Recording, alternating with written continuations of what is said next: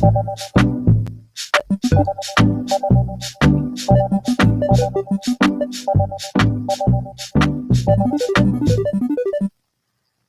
man, do we have a good show today. Thanks for joining in. It is September 4th, 2024. Of course, I'm Tom Coffey. We're at Coffee and Nuance. Follow me somewhere. Follow me here. Rumble.com/coffee-nuance/live. Just bookmark it. The easiest way to watch the show live. We're also on X and streaming live on YouTube. We're streaming live on YouTube, even if no one's watching. Yeah, we're doing that. But today I've got a really fascinating thing, a fallacy, and I should have brought this up last week when I was talking about the polls, how I said the polls are always wrong. Well, I'm going to get into that today, talking about the this topic of the day, the big idea, if you will, because it's Wednesday, a big idea. So let's get into it, everyone. It's the McNamara fallacy.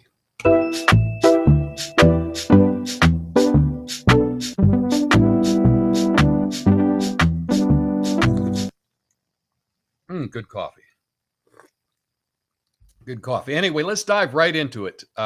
This little thing called the McNamara fallacy. Now, this isn't just some highbrow philosophy term. This is the kind of thinking that can ruin everything from your workplace to your favorite restaurant to your kids' college dreams. The McNamara fallacy is what happens when people get so obsessed with numbers that they forget to use their brain. It's like being so focused on your 10,000 steps that you walk right into traffic. Okay, this fallacy is named after Robert McNamara, who thought he could win the Vietnam War by counting body bags. Yeah, that's the little graphic here. You heard me right. He figured that as long as we were killing more of them than they were killing of us, that we were winning. Spoiler alert, we weren't. Turns out when you're counting the wrong things, you end up losing. Big time. Well, let me show you how this fallacy is screwing things up in today's world with a couple examples, okay? Example number one, diversity quotas. First up, diversity in the workplace. However you feel, okay, whatever. But here's where the McNamara fallacy rears its ugly head. Companies that set strict quotas based on ethnicity or gender, we need X% of this, Y% of that. Sounds good in theory, right? I guess. But here's the math problem they didn't think of. If you limit the pool of applicants to meet a quota and you can't find enough qualified candidates, what's the only option? You got to lower the standards. That's not just bad for the company. It's bad for everyone. It's like running a marathon and saying, you know what? We're going to make sure that the winner represents a certain demographic. So let's shorten the course for them. The result? Sure. They crossed the finish line first, but now everyone's questioning the integrity of the race. Numbers on paper don't mean success in reality, folks. When you lower the bar to meet a quota, you're not solving a problem. You're just hiding it in an Excel spreadsheet. Now, example two, speedy service, okay?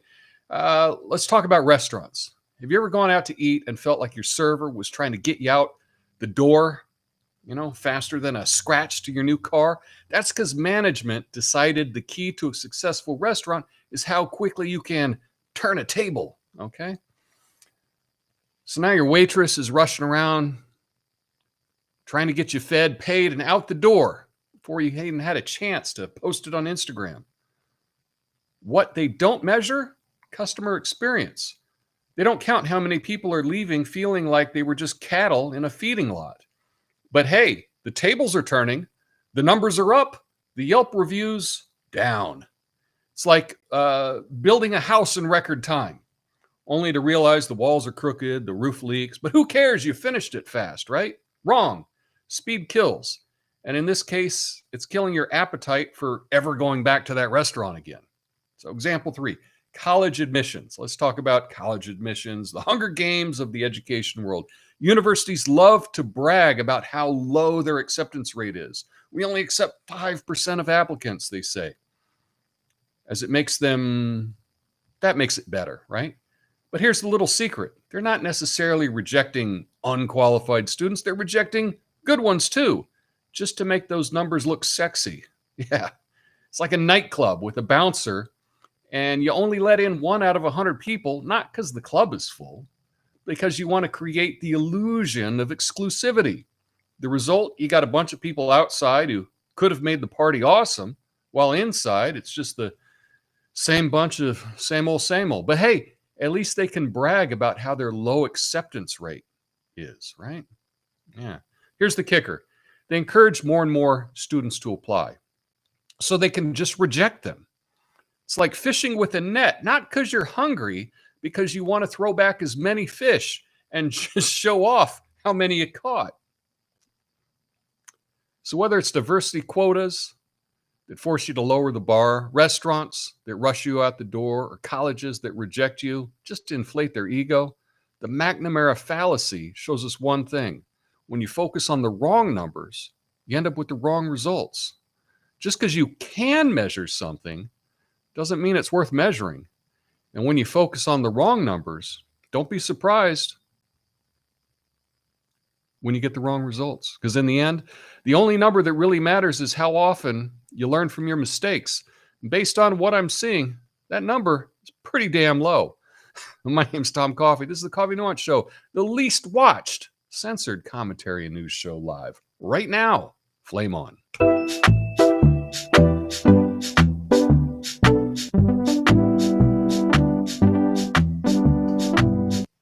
It is a low attendance Wednesday. Well, what the heck are we going to do, right? Anyway, did I get the, no, I didn't. I didn't get my little Chiron right. What the hell? I'm measuring the wrong things. Perhaps I'm measuring the wrong things about my channel, about this show. But I really got thinking about this because of, I talked about the polls and I said, the polls are all BS. It's because they're measuring the wrong things. And I can keep screaming about this, but that's what we hear about in the news, about, the polls. They're absolute garbage. And I'll just give you a couple examples here to keep in mind with this McNamara effect, right? So let's see. Here we go. Boom. Get this. Okay. So just as an example, this latest YouGov economist poll that's saying that Kamala is beating Trump. Okay, whatever, right? Well, when you dig into the numbers, okay, and they say, we account for this by calculate things out. But first of all, they had 1,542 people take the poll, right? Only 1,388 of them were even registered to vote. Right? So, like you had whatever, 150 people out of 1,500 something. What? That's 10%. 10% of the people that took this thing weren't even registered to vote. What? Why do we care about that? We don't. This is stupid, right? Additionally, when we delve into the numbers, we look. Now, maybe you have 100 more people that are women than men vote. Is that what it is? Right? Do we have 822 women versus 720 men? I don't know. Seems to be a little high on the woman's side. And then, we account for that. They account for that. Okay. Well, what if we just break it down racially? We see that 968 of the people were white, 207 were black. So in this case, it's just about 20% of the respondents were black. Are 20% of the likely voters black? No, it's less than 10%. But okay, they say they account for that as well. Okay. They don't show the math, of course.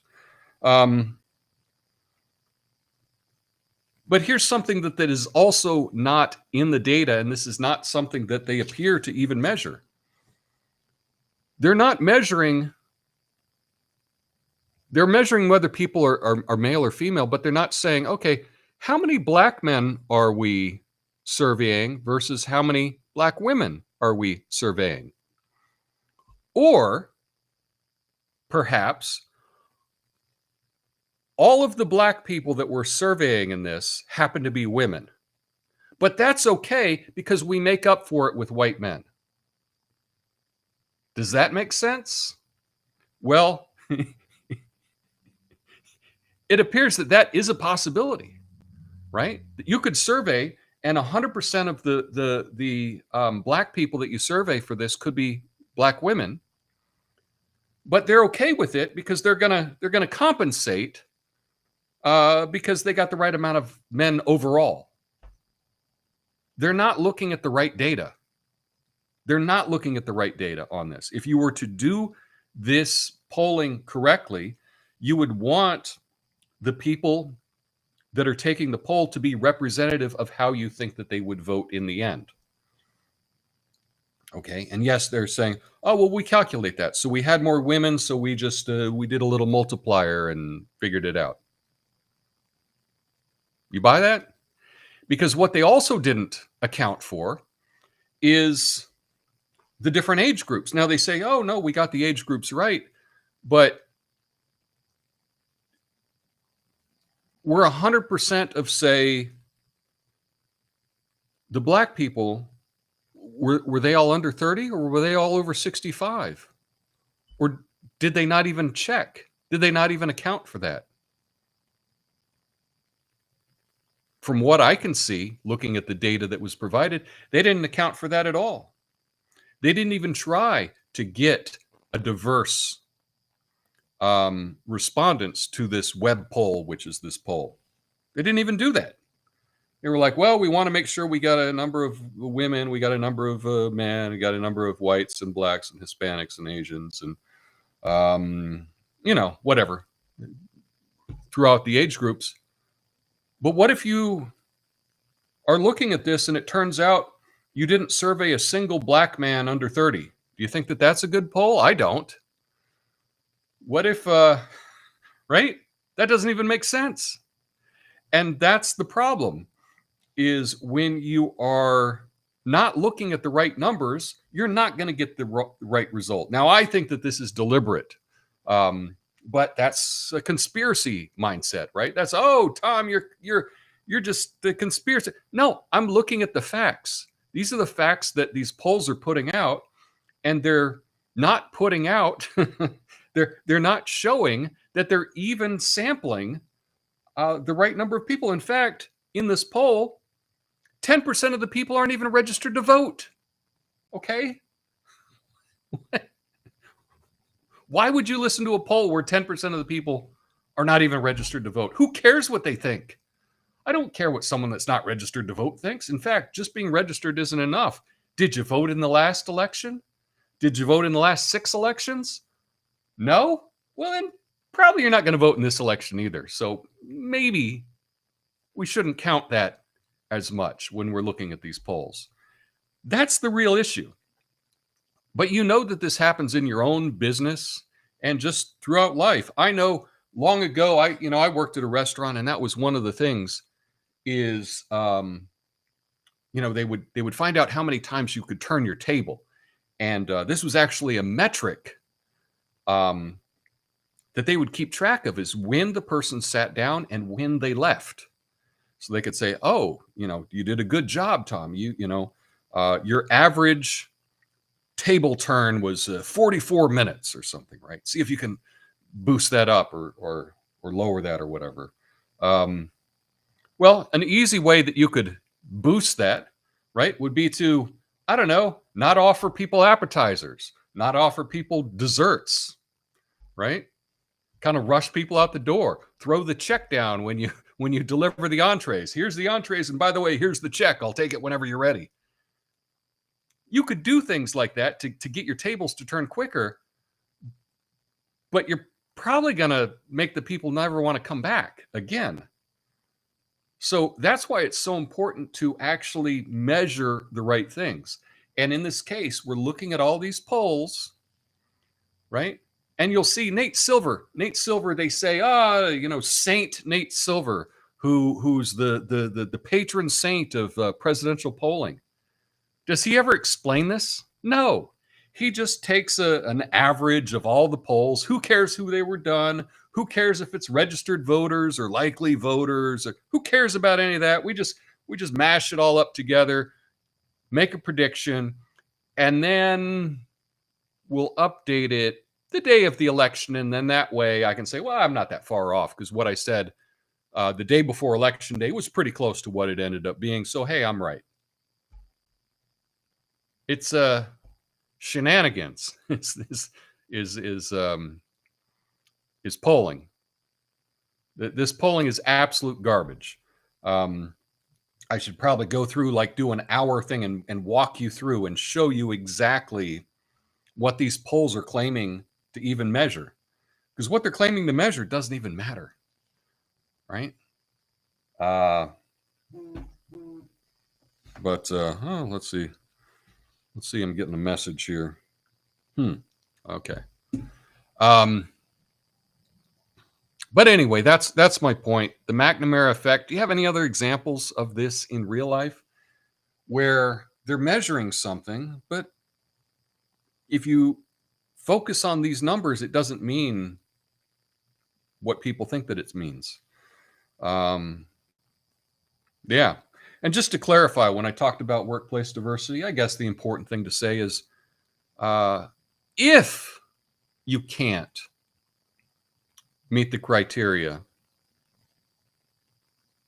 then you have no alternative but to lower the standards. I'm not saying that you have to lower the standards, but the result is, if you're not able to find somebody that meets the quota that you're looking for, what's the alternative? Exactly. And we certainly don't see that in sports, do we?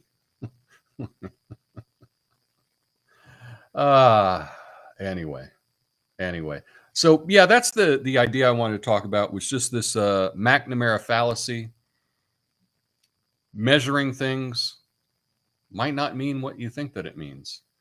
And it's something to keep in mind. I should have talked about it last time when I was talking about the polls. So that's why I wanted to talk about it today as the big idea for today. I'll give you one more example. Here in Portland, we had this thing for 10 years called like net zero or something like that. It was about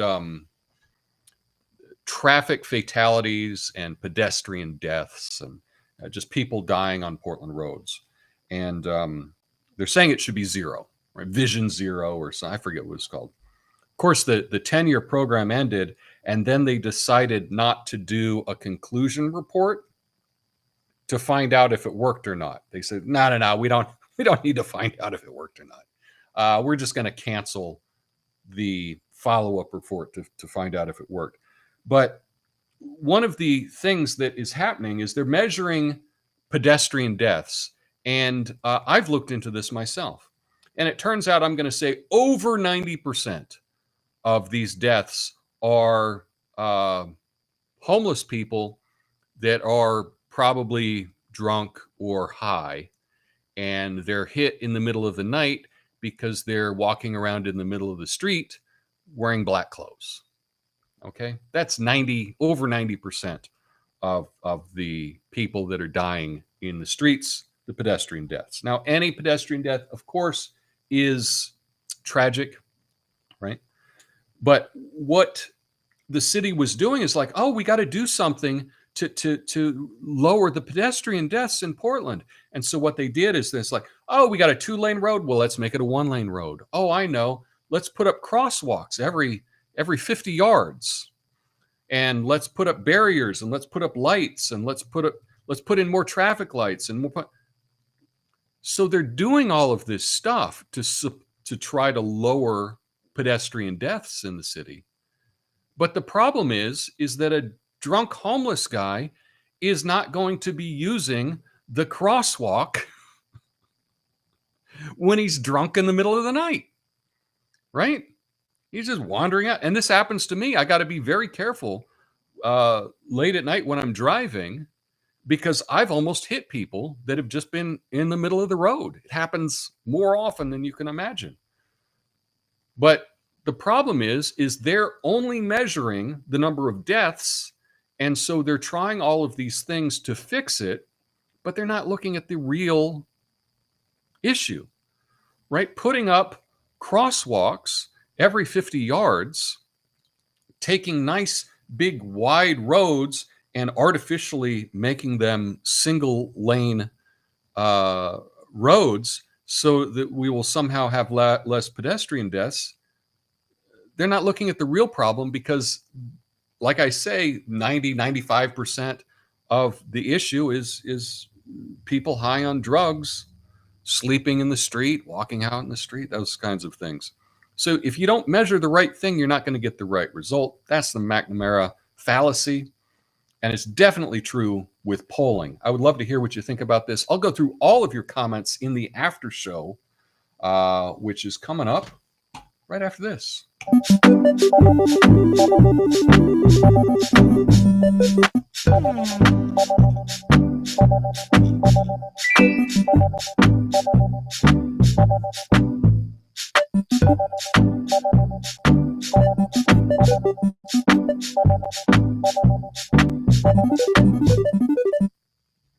Yeah, so I don't know.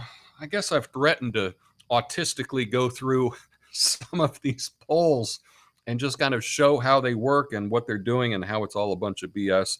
So maybe I should put together a presentation on that, but that's for another day.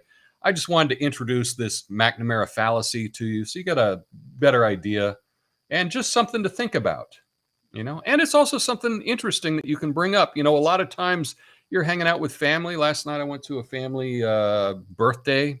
I'm out of the food carts and we're all hanging out. You don't want to talk about politics, at least not in my family, right? It can be a big issue. So sometimes these big ideas are kind of a fun topic that you can talk about. Anyway, just food for thought. But what's up, John? Hashtag Rumble Gang. Hey, Natasha. Nice to see you. Lucid, present and accounted. Very nice. I posted a notification in Discord. Oh, thank you. I'm going to go back to Discord. If you could, John, post maybe just a new invite that's updated, because I think the current one that I had is expired and I'm not sure how to do that. But if you could just post a new invite, maybe in Discord, I'll go over and check it out in the next day or two and do that. So thanks for that. My loyalty to the channel is immeasurable. Well, thank you. Thank you so much. What's up, Bastille? Nice to see you.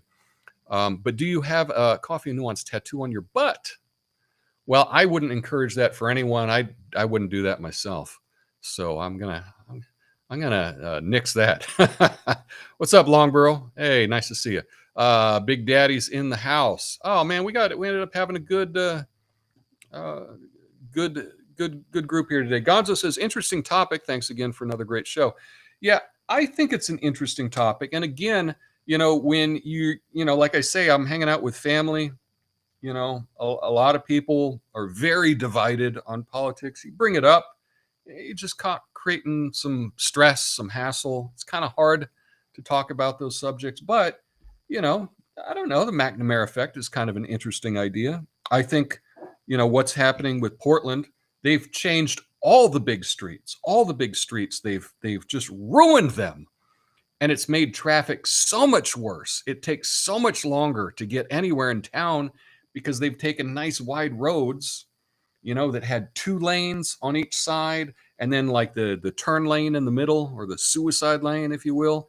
And now they've every 50 yards they've put up these crosswalks and with big barriers and all that kind of stuff, taking it down to 1 lane in each direction.